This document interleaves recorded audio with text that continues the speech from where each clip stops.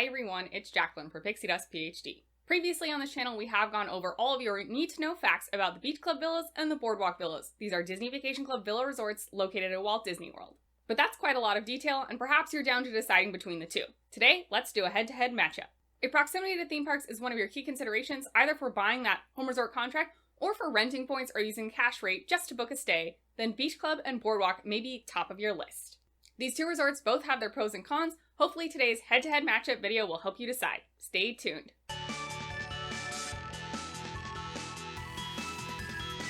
You really can't go wrong with any Disney Vacation Club resort, whether you're buying a home contract or you're looking to rent points or use a cash rate to book a stay in a villa.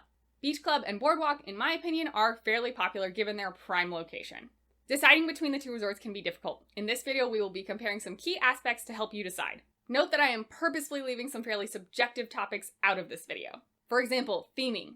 Theming is a huge deal at the deluxe resorts, and most people have pretty distinct likes and dislikes. For instance, my partner much prefers the Beach Club theming to that BoardWalk theming. If you do want to hear more about these subjective offerings, we do cover them in those fast fact videos. I will leave links to those in the description below. Moving on to the matchup of mostly objective criteria. The Beach Club Villas opened in 2002, whereas the BoardWalk Villas opened in 1996. This does mean that the Beach Club is newer. That being said, all DVC resorts are more or less on the same refurbishment schedule. Essentially, every 7 years you get a light refresh called a soft goods refurb, and then every 14 years is that full refurbishment.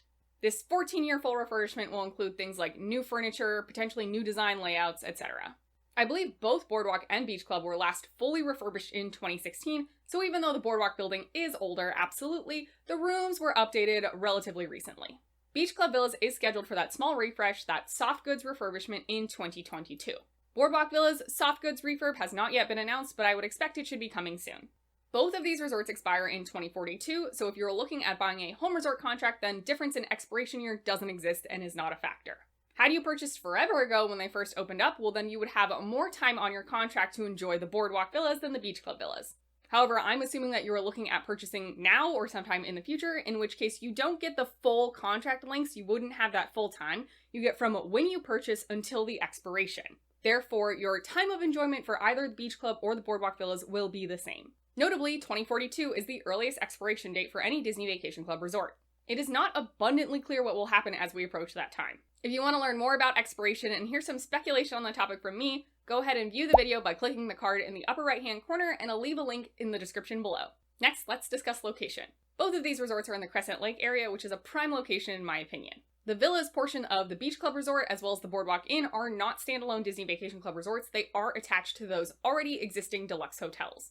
But they both are contained in their own section of the hotel, so you're not interspersed with general hotel guests. From both resorts, you can easily walk to that international gateway entrance to Epcot. This means when entering Epcot, rather than being at the front near Spaceship Earth, you will be entering into World Showcase. Additionally, you can walk to Hollywood Studios from both resorts.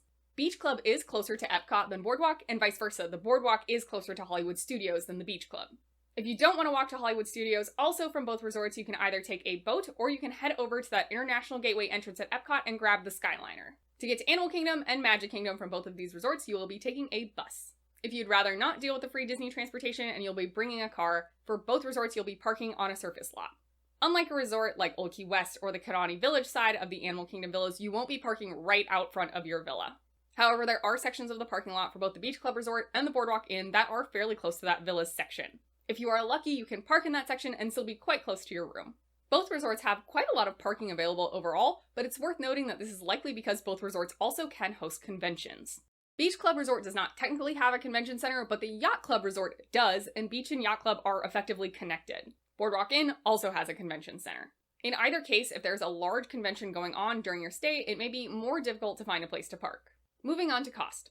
We will cover the three main factors of cost to owning a contract, that is, points needed to stay, annual dues, and we will begin with that initial purchase price. If you're looking to purchase a contract directly through Disney, accurate as of the day I'm filming this, and these prices are subject to change, the Beach Club will cost you $245 per point, whereas the BoardWalk will cost you $210 per point. Over on the resale market, and this absolutely does vary, but generally speaking, you can snag a Beach Club resale contract for around $140 to $150 per point, and then over at the BoardWalk, those contracts go for somewhere around $120 per point or so.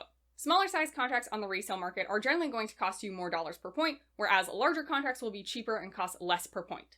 Overall, though, either directly through Disney or on the resale market, that BoardWalk initial purchase price is almost surely going to be cheaper than a Beach Club initial purchase price. Annual dues are the opposite, though. For 2021, and historically speaking, the BoardWalk's annual dues are higher than the Beach Club Villas' annual dues. Looking at the historical data, we can calculate the compound annual growth rate of those annual dues. If you want to know more details about this math and method, go ahead and check out my video covering the cost analysis of Hilton Head and Vero Beach. When we do calculate that growth rate for annual dues, though, interestingly, the Beach Club's is higher than the BoardWalk's, at least for now. We can use this information and extrapolate out into the future. Now note that this is not totally valid. This model assumes that every single year the annual dues will grow at that compound annual growth rate. Surely that will not end up being true. But from this very simplistic model, noting that it is flawed, if we go ahead with that assumption that the compound annual growth rate will be valid through the expiration of the contracts, you can see that over time, the annual dues for the Beach Club would actually start to outpace the annual dues for the BoardWalk. Historically and currently, BoardWalk's annual dues have always been more than the Beach Club's, but with this model, you can see that around 2030 or so is when they converge, and after that, the Beach Club's annual dues would start costing more than BoardWalk's. Who knows if this will end up being true, but I thought it was interesting to point out that the compound annual growth rate for those annual dues from the historical data we have for Beach Club and BoardWalk does indicate that the Beach Club's annual dues are growing faster than BoardWalk's. Finally, for cost, there's the number of points you'd need to stay. This can absolutely affect the number of points you would either need to buy for your contract or rent out. The numbers we'll discuss here are based on the 2022 points chart, which is also subject to change in the future. The ranges listed for all of these are based on the variables of which DVC season you're going in, and then also if you would be staying on weeknights versus weekend nights. For a studio at the Beach Club, your range would be between 14 and 28 points per night. Over at the BoardWalk, this cost spans 9 to 29 points per night. At the very top end, the studios will cost you about the same amount of points per night, but at the bottom end, those BoardWalk standard view studios can be significantly cheaper than those over at the Beach Club. Also note that the BoardWalk Villas do have two different view categories. You have standard and preferred. Within preferred view, there are actually two separate views you can book, that is garden or pool view, or the BoardWalk view. When you are actually booking, you would pick which view to book, but in terms of the points charts, both of these views cost the same amount of points, so I'm lumping them together as preferred. Beach Club just has one view category, that is standard. That doesn't mean all views from every room is the same, certainly some can be considered more desirable than others. However, when you go to book a room, you aren't choosing any of that. You can absolutely put in a room request for a certain type of view, but in terms of points and booking, it's just one category, standard. For one-bedroom villas, you will be spending between 26 and 57 points per night over at the Beach Club. The cost of BoardWalk Villas for a one-bedroom is between 19 points and 56 points per night. Akin to our discussion of the studios, the high end of the points for Beach Club and BoardWalk one-bedroom villas is pretty similar, but that low end of cost does favor the BoardWalk. Two-bedroom villas at the Beach Club will cost you between 36 and 71 points per night. Whereas over at the BoardWalk Villas, this spread is 29 points to 77 points. In this villa category, you start to see the BoardWalk Villas potentially becoming more expensive, particularly if you're traveling during the most expensive DVC season and on a weekend night. And finally, for those three-bedroom villas, you really don't have a choice. Beach Club does not offer any grand villa accommodations. You will only find those over at the BoardWalk. Here, these three-bedroom villas will cost you between 76 and 145 points per night. Next, villa inventory. Villa inventory may not be the most pressing issue, but it certainly can affect availability, and if you are imagining a certain specific room type, this may help your decision. For studios, both of the resorts have dedicated rooms and lock-off rooms, with the BoardWalk Villas having a larger inventory overall. When you are booking a DVC room, you can sometimes choose between the standard layout and the lock-off layout if there is a significant difference in the floor plan. In this case, the standard studios and the lock-off studios are effectively the same at both resorts, so you would just be booking a studio in general. If you have a strong preference for either a dedicated room or a lock-off room, you can note that in your room request, but it's not something you would be able to do during booking. Similarly, both resorts do offer both dedicated and lock-off one-bedroom villas, with BoardWalk again having a larger inventory. Two-bedroom villas, we start to see some differences. Beach Club offers both a dedicated and lock-off two-bedroom villas, whereas the BoardWalk only has lock-offs. Here, also, Beach Club definitely has more two-bedroom villa inventory than BoardWalk. This is especially true when you consider that those two bedrooms at BoardWalk are all lock-offs, meaning surely some of them are booked up as studios and one-bedrooms, decreasing the amount of potential two-bedrooms available. Then, as I mentioned before, Beach Club Villas has no three-bedroom grand villas on property. If you want to stay in a grand villa, you will have to do so at the BoardWalk, but there are only 7 of those total. Overall, there just is more inventory over at the BoardWalk than the Beach Club, which in theory should mean booking your desired room type should be easier at BoardWalk than Beach Club. That being said, the number of rooms is not everything. Functionality counts as well. For me, when considering room functionality, 2 primary factors come to mind. How large is the room and how many people can sleep in it? For the studios at Beach Club and BoardWalk, these are extremely similarly sized. I genuinely don't think you will notice the couple square feet in difference. Maximum occupancy of both of these is also 5 guests. In the studios at either resort, you are accommodated in 1 queen bed, 1 sleeper sofa, and 1 single pull-down. 1 bedrooms are also quite similar between the 2 resorts. Technically, the Beach Club villas are a tad larger, but probably not an obviously noticeable amount. Each resort's 1-bedroom villas also typically accommodate up to 4 people in 1 king bed and 1 queen-size sleeper sofa.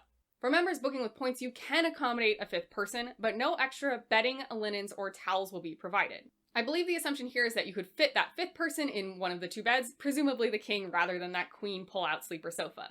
But note that unlike the studios for both resorts, you do not have that single pull-down bed to accommodate the 5th person. There are only 2 beds, so if you want 5 people in that room in this 1-bedroom villa at either Beach Club or BoardWalk, the 5th person is going to end up sleeping with 2 other people in a bed.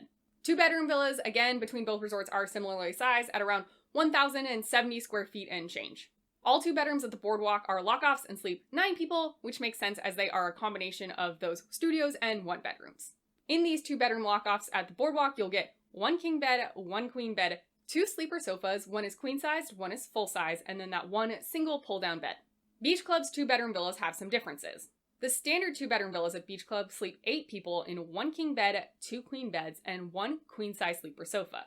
Members booking with points, again, can squeeze a 9th person in there, but you won't be provided any extra bedding, linens, or towels, and there are only 4 beds, so you will be squeezing that 9th person into one of the existing beds. In contrast, the 2-bedroom lock-offs over the Beach Club villas normally sleep 9 people without having to shove an extra body in a bed. These lock-offs have 1 king bed, 1 queen bed, 2 sleeper sofas, again 1 is queen-sized, 1 is full-sized, and then 1 pull-down single bed.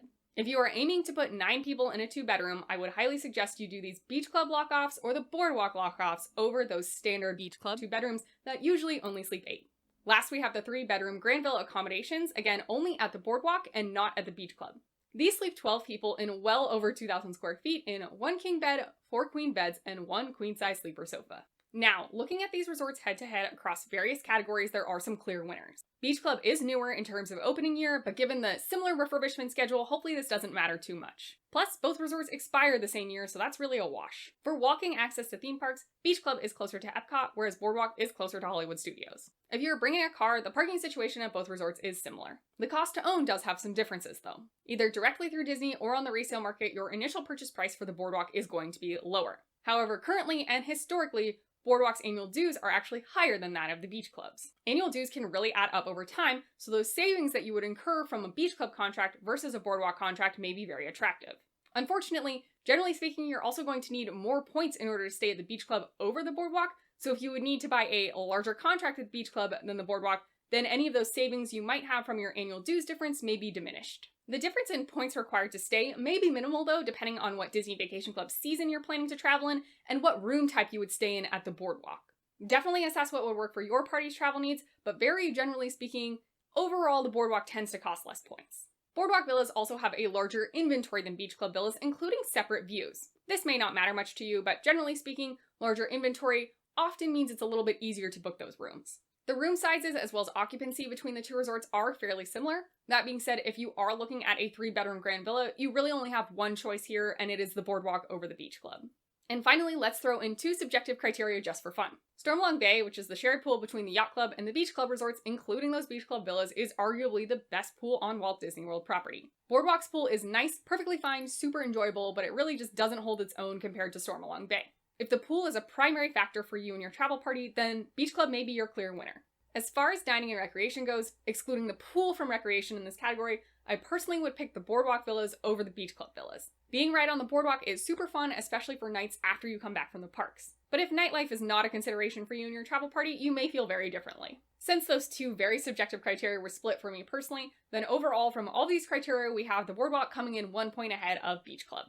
But for your stay, you may not care about some of these categories. Maybe just a few of these criteria hold weight for you. Personally, I would probably pick the BoardWalk over the Beach Club for a home resort contract purchase just because of that lower initial purchase price and the lesser amount of points needed to stay. But hey, if you really love that Beach Club theming, the pool, or something else about the resort, that's great too. Let me know what you think in the comments down below. I receive this question somewhat frequently, should I pick BoardWalk or Beach Club? And I really can't answer for you because you and your travel party probably have different needs and desires than I do.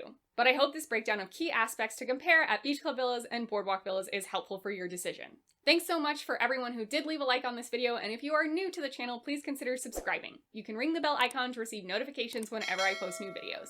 Also, if you want to chat outside of YouTube, you can find me over on Twitter and Instagram at PixieDustPhD. I feel very fortunate that for my upcoming planned fall 2021 Walt Disney World trip, I will get to spend time at both the BoardWalk and the Beach Club Villas, even though neither of those are my home resort. I'm definitely looking forward to enjoying the different vibes from both resorts. I hope the rest of your day is absolutely magical, and we'll see you real soon at PixieDustPhD.